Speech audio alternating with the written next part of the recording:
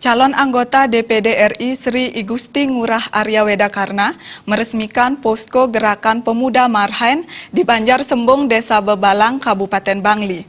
Posko ini nantinya juga sebagai tempat pemenangan bagi AWK 42 sebagai calon peserta pemilu 2019, sekaligus posko penyalur aspirasi bagi kaum Marhaen yang ada di Bangli.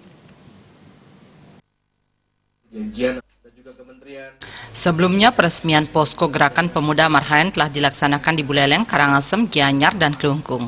Kali ini peresmian posko GPM dilaksanakan di Banjarsembung, Desa Bebalang, Bangli.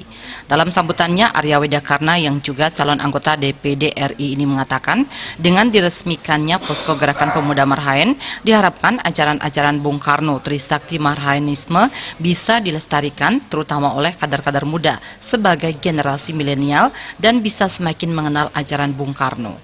Selain itu, posko ini dapat menjadi penyalur aspirasi dari kaum Marhaen di Bangli dan mendukung perjuangan Satyagraha untuk bisa menjadikan Bali berdaulat. Keberadaan posko GPM juga diharapkan membantu pemenangan dari AWK sebagai calon peserta pemilu 2019. Momen pemilu ini tidak hanya sekedar untuk merebut kekuasaan atau memilih calon pemimpinnya, tetapi yang paling penting mendidik masyarakat secara politik.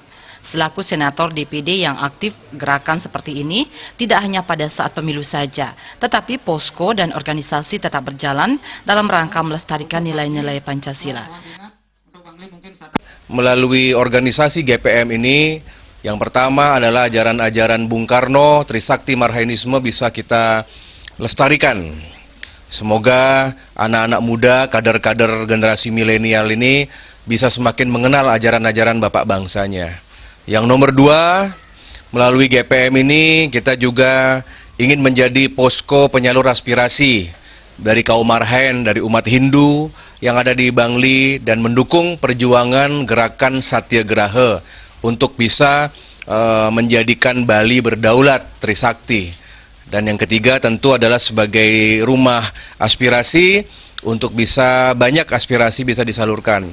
Dan yang terpenting dari pemilu ini bukan hanya sekedar merebut kekuasaan atau pemilu memilih calon, tetapi yang paling penting adalah mendidik secara politik.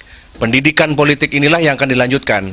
Maka dari itu saya selaku senator DPD aktif juga, ya, kita berpesan agar gerakan-gerakan seperti ini tetap dilanjutkan, tidak hanya pada saat pemilu, tapi posko, organisasi itu tetap berjalan kapanpun juga, karena nilai-nilai Pancasila harus kita lestarikan. Sementara Koordinator Tim Relawan Pemenangan Putu Swastika mengatakan sangat mengapresiasi sosok Arya Wedakarna yang betul-betul berjuang untuk Bali.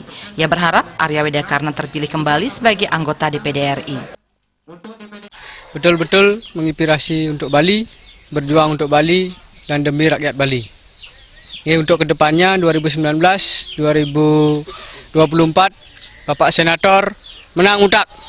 AWK 2 periode. AWK 2 periode.